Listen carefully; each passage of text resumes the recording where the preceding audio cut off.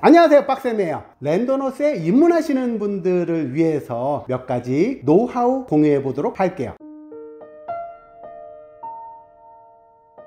첫 번째는 보급이에요. 잘 먹고 잘 싸고 매우 중요하죠. 그 다음에는 휴식과 리커버리예요. 아무래도 장거리 주행을 하기 위해서는 힘을 계속 사용하는 것보다는 회복을 중시하는 게 포인트예요. 보급만 제대로 그러니까 적절하게 잘 해줘도 평속 유지도 어느 정도 되고. 그렇죠. 평속 유지도 보급에서 해결이 돼요. 먹으면서 계속 하셔야 되니까. 초반 아침에 달릴 때랑 이제 저녁쯤 되면 막 그 평속 차이가 너무 심하게 되더라고요. 평속 차이가 많이 나는 것은 페이스 조절을 좀 잘 못하셨다라고 보여지기도 해요. 일단은 일정한 속도를 유지를 해야 돼서 초반에 몸이 안 풀렸는데 힘은 근육 안에 넘쳐나기 때문에, 그리고 초반에 같이 팩 주행들을 많이 하잖아요. 이럴 때 오버 페이스들 많이 하세요. 그러면 후반부에 가서는 굉장히 많이 힘들 수 있어서 그 오버 페이스를 하는 느낌은 심박계를 사용을 하셔도 도움이 좀 되실 거고, 다양한 팀들하고 그때그때 내 페이스가 바뀔 때마다 맞는 페이스들을 찾아서 팩을 유지하시는 것도 요령 중에 하나예요. 물론 오랫동안 같이 타왔다라고 하면 그 멤버들하고 함께 타도 괜찮지만, 거의 대부분은 팀들마다의 성향이 있어서 그거는 좀 참고하시면 좋으실 것 같아요. 평속을 유지하실 때 가장 중요한 것은 바로 이제 페이싱인데, 페이스를 조절하는 것. 페이스를 조절하는 것이 이제 두 가지 방법으로 나눌 수 있어요. 한 가지는 앞사람의 페이스를 그대로 따라하는 건데, 앞사람의 심박이 어떤지 알 수가 없잖아요. 그래서 앞사람의 페달링 케이던스를 맞추는 것, 그리고 앞사람의 페달링에 주시하면서 내 페달링도 함께 동기화시키는 것이 가장 효과적이에요. 장점으로는 앞사람이 갑자기 페달링이 멈추면 그것은 정지나 회전 상황이고, 페이싱을 앞사람의 페달링 그리고 팀원의 페달링에 맞추시면은 일단 내 속도도 일정하게 맞출 수가 있어요. 두 번째 페이싱은 앞사람하고의 관계가 중요한데, 앞사람의 라이딩 수준이나 앞사람하고의 커뮤니케이션에 문제가 있다고 하면 바짝 붙어서 페이싱을 하기 어려워요. 굉장히 위험하고요. 이럴 때는 10m 정도를 좀 띄워놓고 페이싱을 하는데, 앞사람의 속도를 유지하는 것만도 굉장히 효과적인 페이싱이에요. 내 에너지를 10% 이상 세이브할 수 있어요. 물론 앞사람하고 바짝 붙어서 공기저항까지 맞춘다고 하면 30% 이상의 체력을 세이브할 수 있겠지만, 그냥 단순하게 앞사람을 기준선으로 페이스메이커처럼 활용하는 것만 해도 효과가 굉장히 좋아요. 요 페이싱이 하나가 있고요. 그 다음에 요 페이싱도 내 심박을 기준으로 하는 페이싱이 하나 있어요. 심박을 일정하게 해서 속도의 오르막 내리막, 속도의 가감을 기준으로 하지 않는 거예요. 근데 많이들 착각하시는 게, 속도를 기준으로 해서 페이싱을 하다 보면 경사에 따라서도 차이가 많이 나잖아요. 그래서 심박을 기준으로 일정한 심박 상태를 유지해 주는 것, 내 존 2, 존 3, 내 최대 심박수의 30%, 40%를 공제한 기준선을 잡는 것, 요것이 생략적으로 효과적인 페이싱이 될 수 있고요. 그 다음에 이 변속기를 적극적으로 부지런히 쓰시는 것도 굉장히 중요한 페이싱인데, 요것은 케이던스를 베이스로 할 때의 페이싱이에요. 일정한 페달링은 내 다리의 체력적인 부분, 심폐기능에 부하를 주지 않은 적당한 회전수가 있어요. 회전수가 너무 느리면 근육에 데미지가 갈 거고, 회전수가 너무 빠르면 심폐에 무리가 갈 수 있어요. 심박이 갑자기 오른다든지 호흡이 가빨라진다든지, 이러한 것들을 조정을 하는데 중요한 것은 케이던스를 일정하게 두면서 경사의 변화에 따라서 부지런히 변속을 해주는 것이 굉장히 효율적이에요. 이것은 이번에 서울 300대 가능하면 그 페이싱 훈련만 한번 해보시는 것도 도움이 될 거고, 구매 고객분들이나 우리 구독자분들을 대상으로 함께 원하시는 것들에 대해서 공유해 드리는 과정도 있으니까 한번 이용해 보시면 좋으실 것 같아요.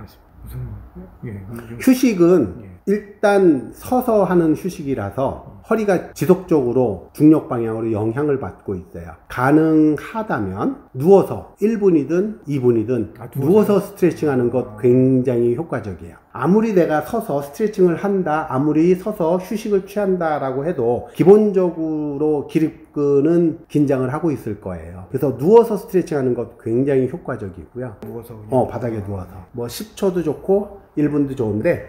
그래서 그랬구나. 자주 가다 보면 누워서. 길거리에 널브러져 있는 예. 분들 많이 있잖아요. 그분들은 이제 스트레칭을 목적으로 해서 누워서 쉬는 것들이 굉장히 빠르게 허리의 통증이나 허리의 피로를 풀어주는데 가장 좋은 동작들이에요. 누운 상태에서 팔을 머리 위로 올려서 스트레칭을 하고, 또 하나는 이제 휴식을 할 때 걷는 것도 굉장히 좋은 스트레칭이에요. 페달링 할 때에 사용되는 근육과 걷는 동작은 별도예요. 페달링으로 인해서 피로해진 특정 근육들을 풀어주는 역할, 그래서 걷는 동작으로 스트레칭 역할도 돼요. 특히 고각을 만났을 때 무리해서 고각 어필을 하시는 것보다는 내려서 끌고 걷는 것들로 피로회복을 요구하시는 것들도 굉장히 효과적이에요. 뭐 사나이는 뭐 끌바 없다, 뭐 죽어도 어필은 타고 가야 된다. 요것은 내 몸에 훈련이 충분히 되어 있고, 그리고 몸이 버틸 수 있는 에너지가 충분할 때나 하는 훈련 과정의 일부지, 완주를 목표로 하실 때는 무리하는 것보다는 적극적으로 내리셔서 끌면서 다시 휴식을 취하는 리커버리,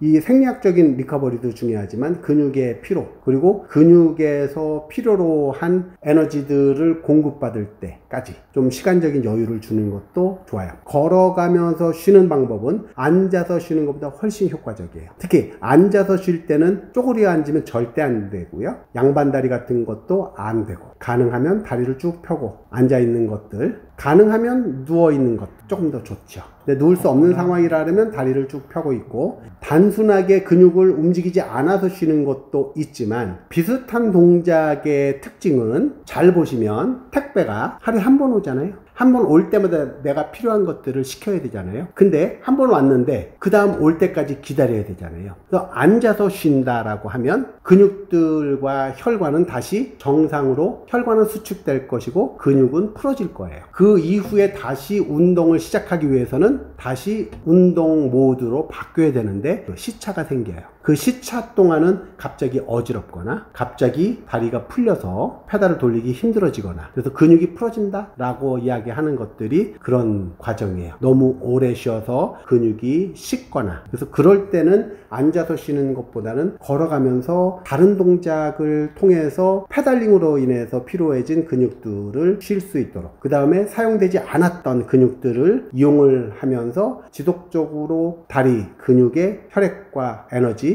영양소들을 공급해주는 과정을 쓰셔야 돼요. 가장 중요한 것들은 일단 보급을 어떻게 해야 되는지, 그 보급도 더 중요한 것은 수분 보급을 어떻게 해야 되는지가 있어야 돼요. 그래서 정리하면은 수분, 전해질, 영양소, 훈련, 그 다음에 섭취되는 것은 자연식을 베이스로 해서 부족한 보충제를 보완해 준다.